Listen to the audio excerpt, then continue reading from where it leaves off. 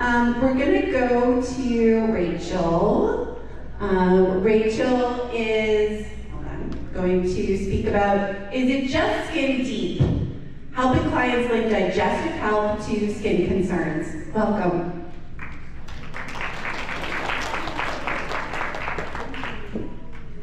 Thank you. Yes.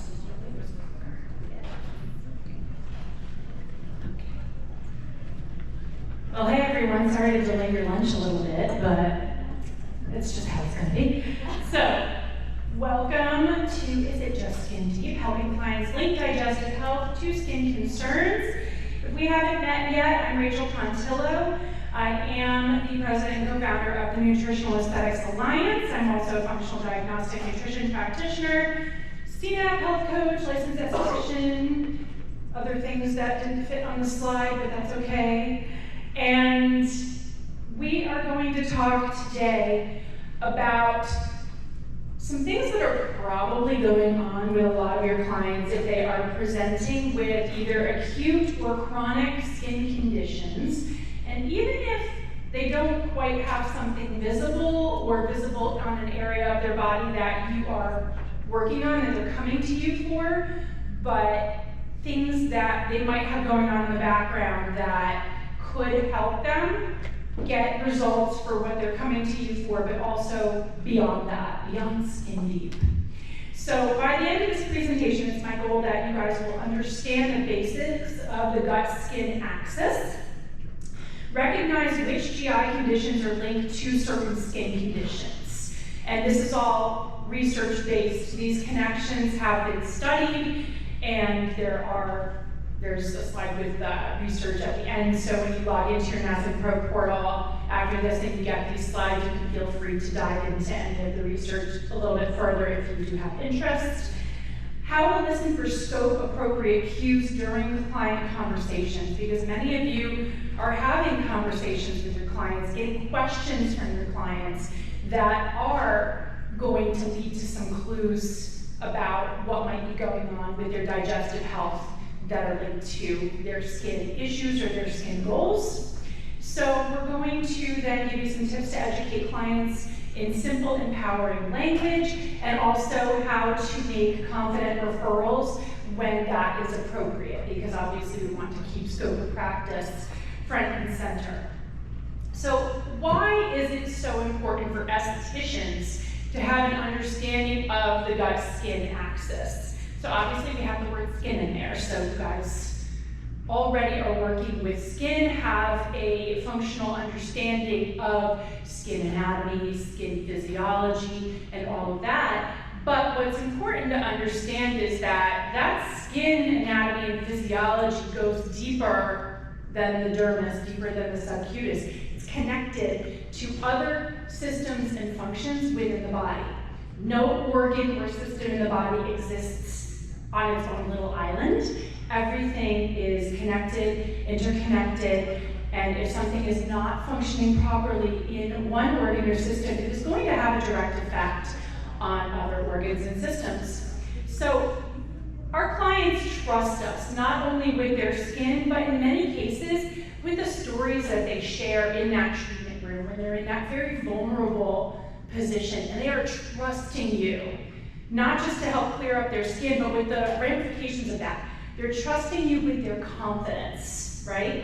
They're trusting you to give them that empowerment so that they can go out into the world looking and feeling their best. Sometimes what they tell us does give us important clues as to what's happening inside the body. So today's talk is not for the purpose of diagnosing conditions, because that's not what we do. That's not within our scope of practice.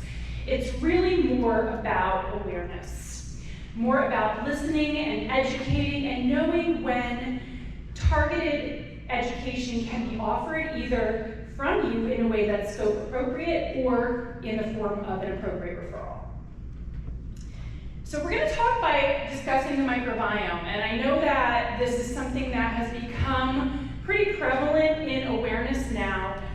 Conversations about the microbiome really started becoming more frequent and more prevalent back in 2010 at the conclusion of the Human Microbiome Project which is when we discovered, hey, we are actually more microbes than we are human. We have trillions of microbes living on and in our body, microbes such as bacteria, certain fungi, viruses, and other little creepy crawlies that actually most of the time are there to help us and keep us healthy.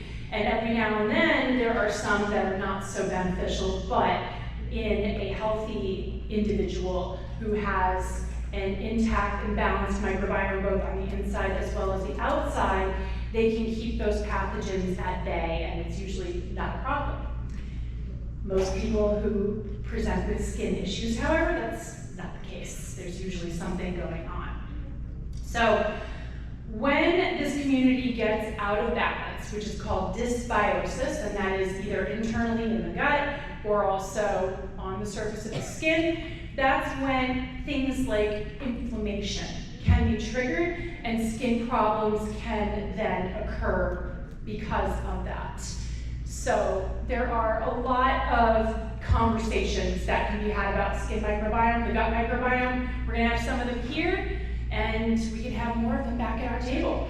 So let's talk about the gut-skin axis. And I say the gut-skin axis, but we can also say the skin-gut axis, because this is a bi-directional axis. And what that means is that it goes both ways. So what is going on in the gut affects what's going on the surface of the skin, and what is going on the surface of the skin, what the skin is exposed to environmentally, in terms of pathogen exposure, sun exposure, pollution, any of these types of things. Ultimately, that gets communicated back to the gut and to the other internal systems of the body. So if there is imbalance, whether it starts in the gut and shows up on the skin, or starts on the skin and shows up in the gut, we don't quite know, but the connection is 100% there. So what are we looking at? The gut-skin axis describes the constant communication between the gut, which essentially is the GI tract, we refer to that as. So that is really starting the mouth and going down to the rectum. Yes, we will use scientific terminology here. And again, the communication goes back and forth. So our gut plays a role in nutrient absorption, which is super important if you want good skin, because what forms healthy skin cells? Nutrients from the bloodstream that come from food. So if nutrient absorption is not happening properly through that digestive process, the skin is not going to look as good as it can look, and it is not going to function as well as it can function. Because even though many of us are here because we're in aesthetics, appearance-wise, we all know from our training that the skin is the largest organ of the body, and it performs many essential functions that have to do with health, okay? So we can't just be thinking about how the skin looks. We have to be thinking about how is it functioning, right? Is it able to do its jobs? So nutrient absorption, immunity, inflammation, the inflammatory response, the wound healing process, and detoxification, all of which directly affect and impact the skin.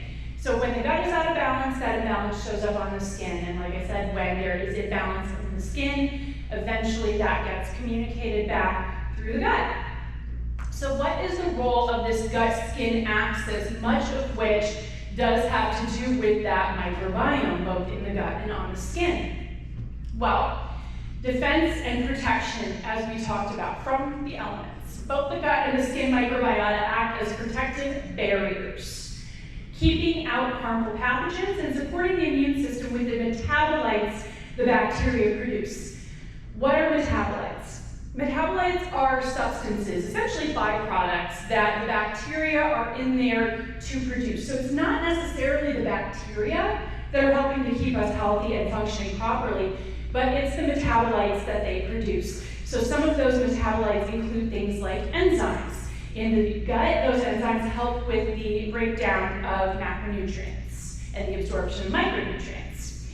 On the skin, it can help with things like cell turnover rate.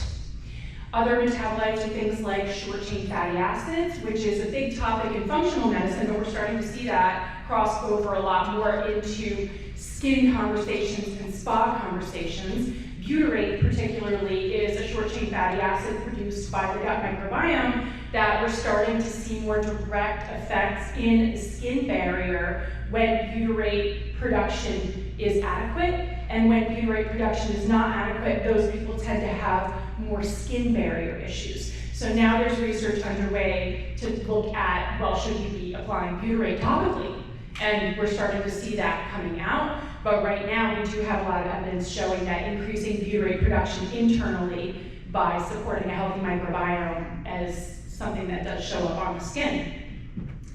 Other metabolites are things like antimicrobial peptides, so natural antibiotics that the gut can produce, and vitamins, a full spectrum of B vitamins, and vitamin K2 is actually supposed to be produced in a healthy gut microbiome. Is that happening for most of us? No. Balance and communication.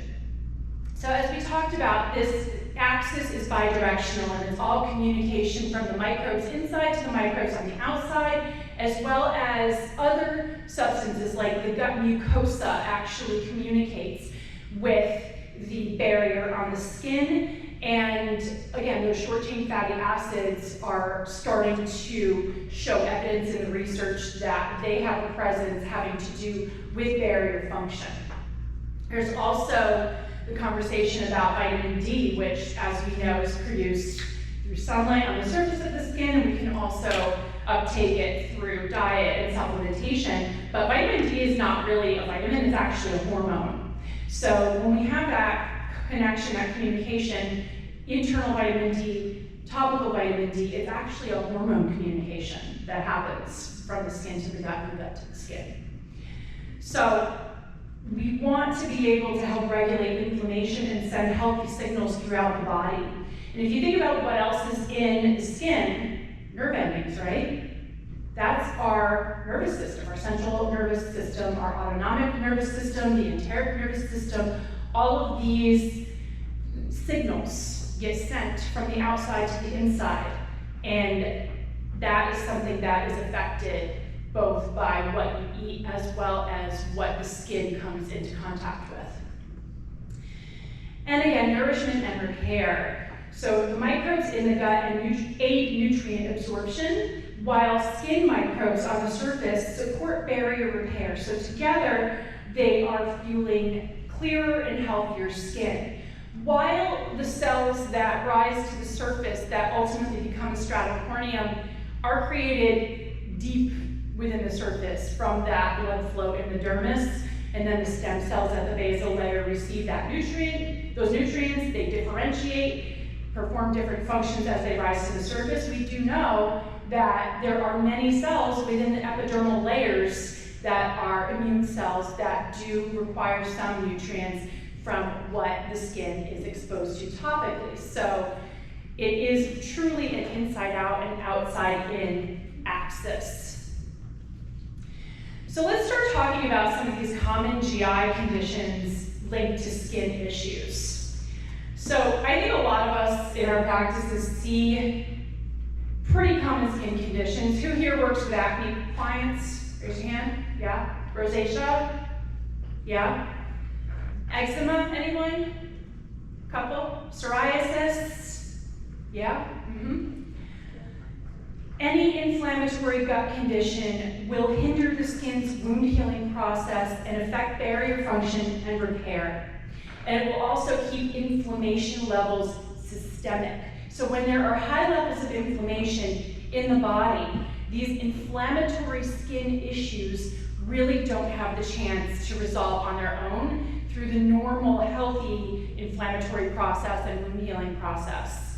So we see that acne is often associated with dysbiosis, leaky gut, and we're going to break down all this stuff in more slides. Small intestinal bacterial overgrowth, known as SIBO. SIFO, small intestine fungal overgrowth, is associated with what you guys may know as fungal acne. There's also other causes for that, but many skin issues are tied back to something going wrong in the gut. Rosacea has strong links to SIBO, sometimes H. pylori overgrowth. Eczema is connected often with food sensitivities and microbiome imbalance. Psoriasis has association with chronic inflammation and leaky gut. IBS and IBD are associated with the most common inflammatory and chronic skin conditions. So we see a big crossover to the more, I would say, autoimmune in nature skin conditions, things like atopic dermatitis, that's your dyshydrotic eczema, hand-foot eczema, that's really common. I would say in the healthcare setting, we see that a lot with nurses.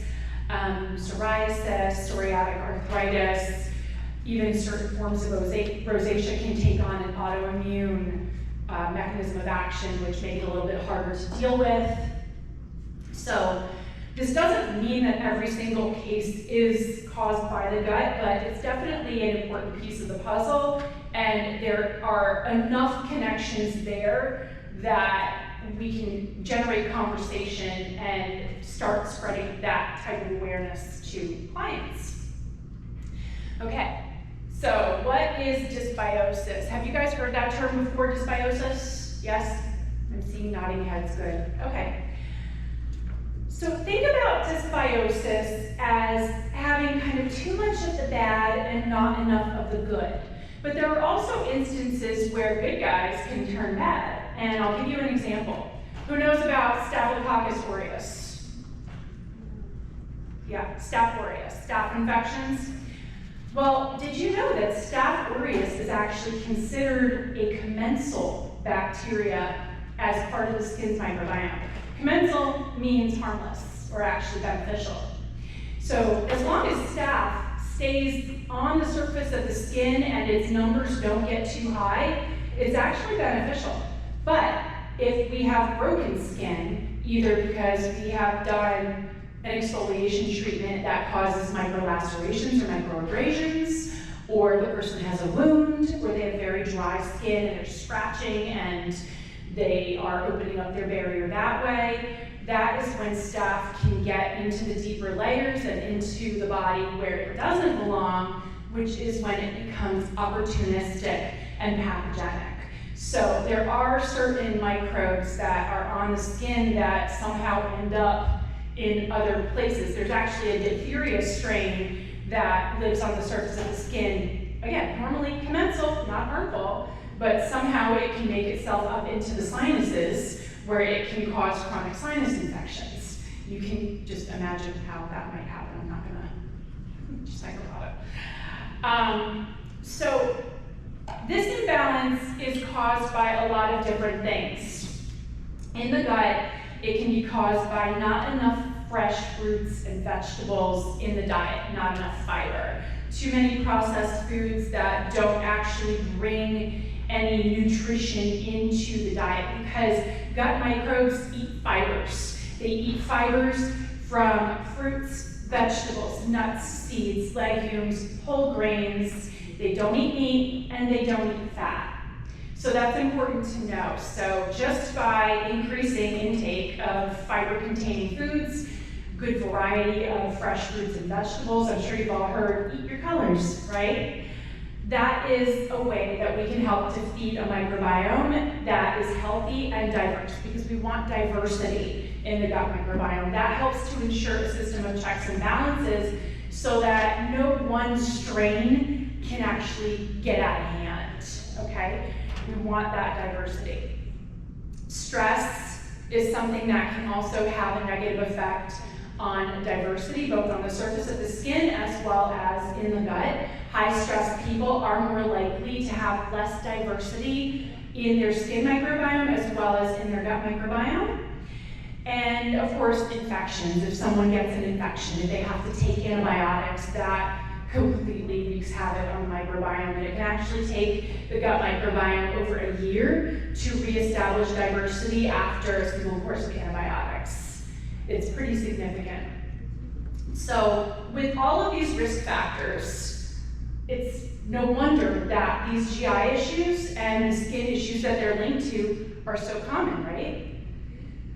So let's talk about leaky gut. pretty run-of-the-mill nowadays. We're starting to see it in certain types of medical practices. I would say more on kind of the functional, integrative, naturopathic side of things, but we are starting to hear more about leaky gut or intestinal permeability or metabolic endotoxemia in published research. So in a normal, healthy gut, what we see is a gut lining, which is epithelial tissue, and it's a series of these tightly packed together cells with these little fingers on it. They look like fingers called microvilli, and those actually are what take in the nutrients from food. But we want them to be tightly packed together so that things like undigested food particles, pathogens, antigens, even certain allergens that come into the body don't actually get into general circulation.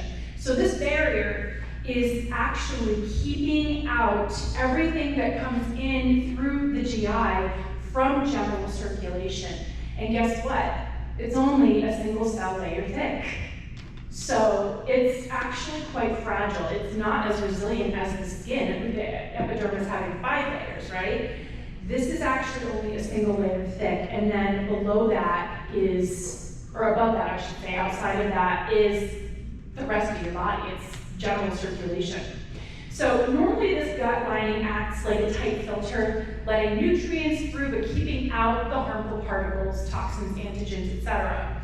But when you have leaky gut, that filter essentially becomes leaky. And what that does is allows toxins or undigested food to enter into the bloodstream. And what that does is it creates an immune activation, immune reaction. You guys have heard the term cytokines, probably remember that from COVID, right? So essentially we are creating a cytokine storm of inflammatory cytokines which are keeping that inflammatory process on a loop because the inflammatory particles are continuing to come through. There's nothing closing up that barrier if it's not addressed. It's not going to close up on its own. So what that's going to lead to is a state of systemic, low-grade, persistent inflammation called metabolic endotoxemia. And what happens is then the immune system reacts with the inflammation, and that ultimately can show up on the skin as acne, rosacea, eczema, psoriasis. It can also keep the body in an inflamed state, which I'm sure you guys have heard the term inflammaging, helps to speed up the aging process of the skin. I don't think any of your clients are coming to you for that.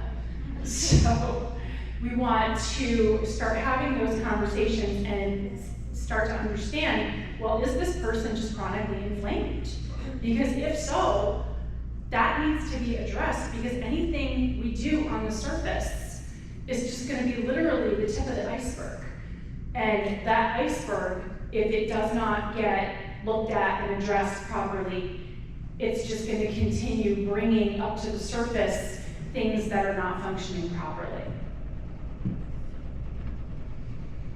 Okay, so small intestine bacterial overgrowth. This is becoming more trendy because Selena Gomez has it. And once, you know, it's on Instagram, then everybody knows what it is. Anybody here of SIBO? Okay, good. Not a lot of you, so you learned something today. What this means is that we have an overgrowth of bacteria in the small intestine.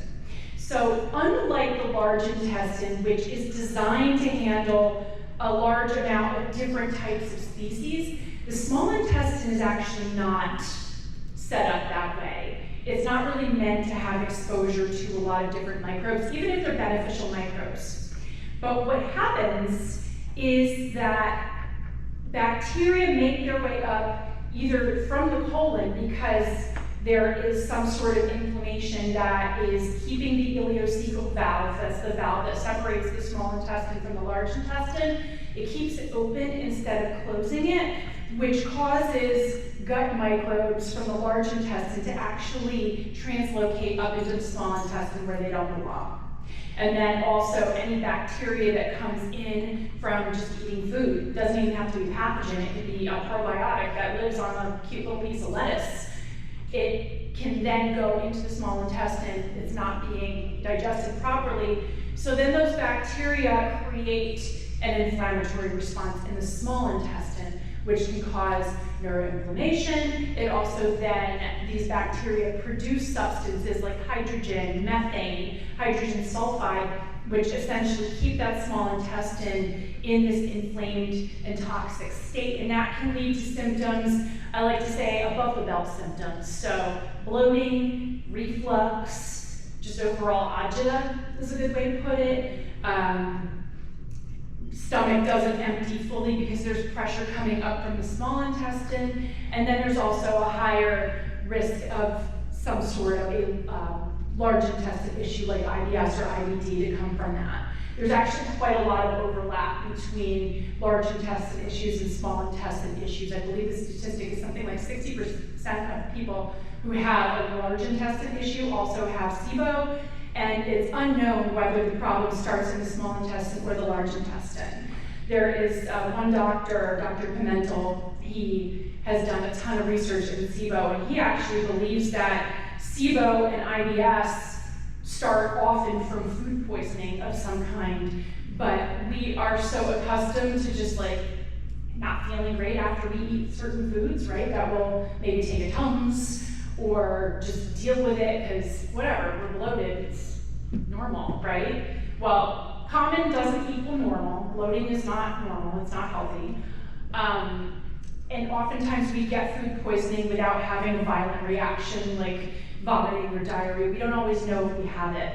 And if we're traveling often, it's quite common for us to pick up a pathogen that could have that sort of food poisoning action, but we just don't even realize it. Because again, we're traveling, we're busy, we're stressed, and sure, we all kind of accept that when we're traveling, we're gonna eat things that are not necessarily familiar to us, we're not sleeping in our usual bed, we might not feel our best, that happens. So this is something that gets undetected a lot because symptoms often overlap with what people think are just normal day-to-day agita. So let's talk a little bit more about IBS, which is irritable bowel syndrome, and IBD, which is inflammatory bowel disease. These are two different things, but they both take place in the large intestine, the colon, the bowel. All those words mean the same thing. So IBS itself is actually not a disease. It is more of a functional GI disorder, also known now as a disorder of the gut-brain axis, because there is a huge overlap with mental health symptoms, anxiety, depression, inability to cope with daily stress, and IBS. What IBS does is it often causes things like bloating, gas, altered bowel movements, so diarrhea, constipation, a mix of the two, very common. And while it doesn't cause visible gut damage on its own, it's that gut-brain to the skin. The gut-brain skin connection means that there's going to be more stress, which can affect the skin, and the stress also is going to disrupt that microbiome and produce those inflammatory responses. So it can trigger things like acne breakouts, rosacea, flare-ups, or have someone in a chronic state of sensitive skin, reactive skin. IBD, on the other hand, is a true inflammatory disease. Also can have autoimmune components to it, Crohn's especially, and that does physically damage the gut lining. It kind of eats away at it. The mucosa is missing. There's a lot of inflammation, always some sort of dysbiosis, and it can be really difficult because we have essentially an ongoing immune activation that can show up as skin conditions such as psoriasis, eczema, those kind of trickier skin issues that often don't respond to just one method or modality. And even certain painful skin rashes, it can make someone more reactive even to like a contact dermatitis type of mechanism of action where someone has more propensity to just react to different skin ingredients when if they didn't have that systemic inflammation, they wouldn't. They would not have those inappropriate reactions. So as estheticians, again, you're not here to diagnose these conditions. That is not your job, don't worry. But being aware of them helps you understand why a client with gut issues might also struggle with stubborn skin issues, and then you can pass that education on to them so that they can get the help they need to figure out what's going on specifically within their GI and then get the care that they need to resolve that condition. Anyone here H. pylori? Ooh, lots. Okay, yeah. It's pretty common, and I think one of the reasons for that is because LabCorp does have an H. pylori breath test now at most of their kiosks. It's something that's pretty inexpensive, and it's also something that is dealt with really commonly in the functional medicine and functional nutrition world. So H. pylori is a bacteria that can overgrow. Most of the strains of it have virulent factors, which means that it actually behaves like a virus, even though it's a bacteria. It can go dormant, it can shapeshift, it can hide. It's kind of a jerk. And it can also just be really tricky to deal with, because when the risk factors are persistent, if they can't be changed, then recurrence is really common. So it is a bacteria that can overgrow in the stomach lining and disrupt digestion. It also just is highly inflammatory. It can travel through and within the cell walls. It can go down into the small intestine. It can end up in places that it does not belong. Now, everybody has some level of H. pylori, but it's not always going to be a problem. It depends on if it overgrows, and it depends on what type of strain it is that overgrow, because there are actually some strains of H. pylori that are beneficial, but not all of them, and not most of them. So what is the skin impact? Well, there are multiple studies that are associating rosacea, acne, and just chronic skin inflammation that is due to that increased gut permeability and immune activation when someone has an H. pylori infection. It's very prevalent. It's found in about 44% of the global population. It is more common in developing countries, but due to increased travel, it is something that is showing up more here in the United States. And there are other risk factors such as age. Anyone over 60 is going to be more likely to develop an H. pylori overgrowth. Anyone who lives in a rural area where there is well water and agricultural runoff in the well water is a big cause of it. Anyone who has small children who are like licking things and touching everything and everything is sticky, they're going to be more likely to bring it home. And guess what? It's super contagious. So if your kid licks something or touches something at daycare or preschool and they bring it home and you kiss your kid or you share a spoon or a fork with your kid, then you have it. And then you kiss your husband at night, he gets it. So the whole family then needs to be treated. It is that contagious. And when left untreated, it can lead to some pretty serious health issues, including some cancers of the stomach, ulcers, and that type of thing. So it's something that needs to be detected and addressed. And fortunately, there is pretty affordable testing out there now through conventional labs that can catch it. So there is often an overlap. H. pylori is commonly part of the overgrowth that makes up SIBO. If someone has a history of ulcers, whether it's peptic or duodenal, H. pylori is usually part of that issue. If someone has low stomach acid or high stomach acid, if they have reflux or any of those kind of upper GI symptoms that I described before, highly likely that H. pylori is part of the reason why that is, gastritis. So what this is doing overall is increasing the inflammatory burden on the body. So why aren't topicals enough? Well, I hate to say it, but really nothing we're doing on the surface here is getting all that deep into the body, right? Because skincare affects the epidermis primarily. Now, if you're doing microneedling or anything that's breaking the skin to get products into the dermis, that could have some effect because you're getting into the blood flow now, right? But that is not happening in a traditional aesthetic setting. That's happening more in a dermatological setting or a medical aesthetic setting where there's treatments being done by nurses, nurse practitioners, doctors, etc.